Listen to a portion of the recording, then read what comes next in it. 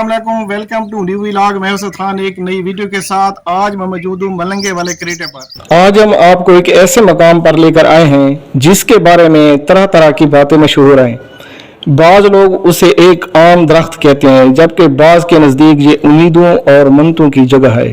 सवाल यह है कि क्या आखिर इस दरख्त की हकीकत क्या है, यहाँ लोग दूर दूर से क्यों आते हैं, दरख्त पर कपड़े, हार और पैसे क्यों चढ़ाए जाते हैं, और क्या वाकई इस जगह से ऐसी कोई रिवायत वाबस्ता है जिसकी वजह से लोग आज भी यहाँ हाजिर होते हैं। आइए इस मकाम को करीब से देखते हैं और मकामी लोगों से भी जानने की कोशिश करते हैं। अस्सलाम वालेकुम चाचा, क्या हाल है? खैरियत है? ठीक ठाक खैरियत है? क्या नाम है तुम्हारा? गुलाम हुसैन। चाचा तुझसे आदरा ने दुआ की थी? जी हां, दुआ की थी। अच्छा, ते ਇਹਦੇ ਬਾਰੇ ਕੁਝ ਜਾਣਦੇ ਵੇ ਕੱਢਣ ਦਾ ਜਾਂ ਕਿਵੇਂ? ਕੋਡੋਗਣੇ 100 ਸਾਲ ਕੋਲ ਟੱਪਾ। ਅੱਛਾ, 150 ਸਾਲ ਕਣੀ ਟੱਪਾ ਵਦੇ। ਹਾਂ ਸਾਰੀ ਦਾ। ਇੱਥੇ ਕੋਈ ਬਜ਼ੁਰਗ ਹੁੰਦਾ ਜਾਂ ਜੀ ਬਜ਼ੁਰਗ ਹੁੰਦਾ? ਬਜ਼ੁਰਗ ਹੁੰਦਾ। ਤੇ ਬਜ਼ੁਰਗ ਦੀ ਕਬਰ ਕਿੱਥੇ ਹੈ? ਕਬਰ ਦਾ ਪਤਾ ਕੋਈ ਨਹੀਂ ਸਾਕੂ। ਅੱਛਾ, ਉਹਦੀ ਰਿਹਾਇਸ਼ੀ ਕਰੀਟੇ ਦੇ ਨਾਲ ਹੈ? ਹਾਂ ਰਿਹਾਇਸ਼ ਹੈ। ਅੱਛਾ, ਰਿਹਾਇਸ਼ ਹੁੰਦੀ ਥੀ? ਹਾਂ, ਬਹੁਤ ਕੋਡੋਗਣਾ ਹੈ। ਅੱਛਾ, ਤੁਸੀਂ ਤਾਂ ਦੁਆ ਵਾਸਤੇ ਆਂਦੇ ਰਹਿੰਦੇ ਵੇ? ਜੀ ਦੁਆ ਵਾਸਤੇ। बहुत मेहरबानी चाचा जी। चाह पींदे वे जो कोठे थे? नहीं मेहरबानी बुजुर्ग, अल्लाह तो खुश रखे। चाह थी इंच बने तरह दे खेतां दे विच? जी हां। जा बनी पे कोई? जी हां, कोठा है। कोठा बना पे। अच्छा, बहुत मेहरबानी चाचा, बहुत मेहरबानी, मेहमान नवाजी का शुक्रिया। दोस्तों, इस इलाके के बुजुर्गों के मुताबिक कई दहाइयां पहले यहाँ एक मलंग बाबा बैठा करते थे। लोग कहते हैं कि वो सादा मजाज इंसान थे, आने वालों से मोहब्बत से मिलते थे और दुआ भी करते थे। वक्त गुजरता क्या वो इस दुनिया से चले गए, लेकिन इसकी याद इस दरख्त से जुड़ गई। आज यहाँ ना कोई वाज़ेह कब्र मौजूद है और ना ही कोई ऐसी तारीखी तहरीर या मुस्तनद सबूत जो इस रिवायत की मुकम्मल तस्दीक करे, लेकिन इसके बावजूद भी बहुत से लोग यहाँ अपनी मुरादें लेकर आते हैं। ज़रा गौर करें, ये दरख्त तो खामोश खड़ा है, ना बोलता है, ना चलता है, ना किसी से कुछ मांगता है। फिर आखिर ऐसी क्या बात है कि लोग इसके साथ अपनी उम्मीदें वाबस्ता कर लेते हैं।